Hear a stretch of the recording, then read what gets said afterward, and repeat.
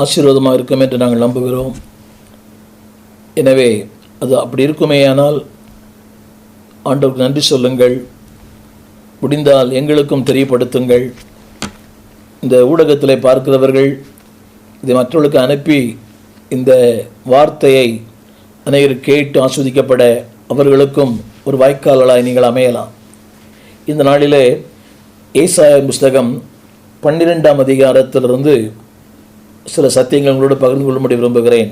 ஏசாயா புஸ்தகம் 12ஆம் அதிகாரம், இதில் 6 வசனங்கள் இருக்கிறது. அந்த 6 வசனங்களிலுமே வித்தியாசமான தேவனுடைய செயல்பாடுகளை குறிக்கிறது. அந்த அதிகாரம் ஆரம்பிக்கும் போது அக்காலத்திலே என்று சொல்லப்பட்டிருக்கிறது. ஆங்கிலத்தில் இன்னொரு மொழிபெயர்ப்பில் த டே ஆஃப் த லார்ட், கர்த்தருடைய நாளிலே என்னவெல்லாம் நடக்கும் நீங்கள் எப்படி வேண்டாம் எடுத்துக்கொள்ளலாம். கர்த்தருடைய நாள், ஆலயத்திற்கு போவது, அல்லாவிட்டால் வருகையின் நாள். திருமறை தமிழ் வேதத்திலே அக்காலத்திலே, இன்னொரு மொழிபெயர்ப்பிலே த டே ஆஃப் த லார்ட், கர்த்தருடைய நாளிலே என்னவெல்லாம் ஆகும். யோவான் சொல்லுகிறான், நான் கர்த்தருடைய நாளிலே ஆவிக்குள்ளானேன்.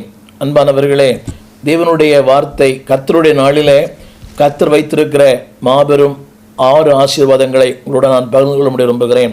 இந்த ஏசாயா புஸ்தகம் 12ஆம் அதிகாரம் முதல் வார்த்தை சொல்கிறது த டே ஆஃப் கம்ஃபர்ட்ஸ். அந்த கர்த்தருடைய நாள் என்பது நம்மை தேற்றும் நாள்.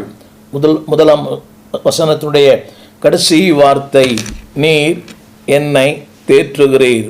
இந்த பூமியிலே தேற்று மக்கள் யாரும் இல்லை, ஆற்ற ஒருவரும் இல்லை. திருமறை சொல்லுகிறது, என் ஜனத்தை ஆற்றுங்கள், என் ஜனத்தை தேற்றுங்கள். இந்த நாளிலே, அக்காலத்திலே, கர்த்தருடைய நாளிலே தேவன் என்ன செய்கிறாராம்? தேற்றுவார். அது எதிர்காலத்தில் மட்டுமல்ல, நிகழ்காலத்திலும் உன்னை தேற்றும் ஒரு தெய்வம். ஆங்கிலத்தில் த டே ஆஃப் கம்ஃபர்ட், அந்த ஆண்டவர் தேற்றுகிறார். இந்த நாளிலே அன்பானவர்களே, தேற்ற யாரும் இல்லை. இதைத்தான் ஏசாயா 54ஆம் அதிகாரத்தில் படிக்கிறோம். தேற்றவற்றவளே, பெருங்காற்றில் அடிபட்டவளே, சிறுமைப்பட்டவளே, தேவன் யார் என்று சொன்னால் தேற்றும் ஒரு ஆண்டவர். இந்த பூமியிலே அன்பானவர்களே, தேற்றும்படியாக பலர் வருவார்கள், ஆனால் நம்மை கண்ணீருக்குள்ளே சிந்த வைப்பார்கள். யோபின் சிநேகிதர் அவனை தேற்ற வந்தார்கள், ஆனால் அவனை அலட்டினார்கள், அவனை குற்றப்படுத்தினார்கள். ஆண்டவர் அப்படியல்ல, அவர் தேற்றும் ஆண்டவர். உன் வாழ்விலே தேவன் உன்னை தேற்ற வேண்டுமானால் நீங்கள் செய்ய வேண்டிய 3 காரியங்களை அந்த முதல் வசனத்தில் நான் சொல்ல விரும்புகிறேன். நீங்கள் சொல்ல வேண்டிய முதல் வார்த்தை, கர்த்தாவே.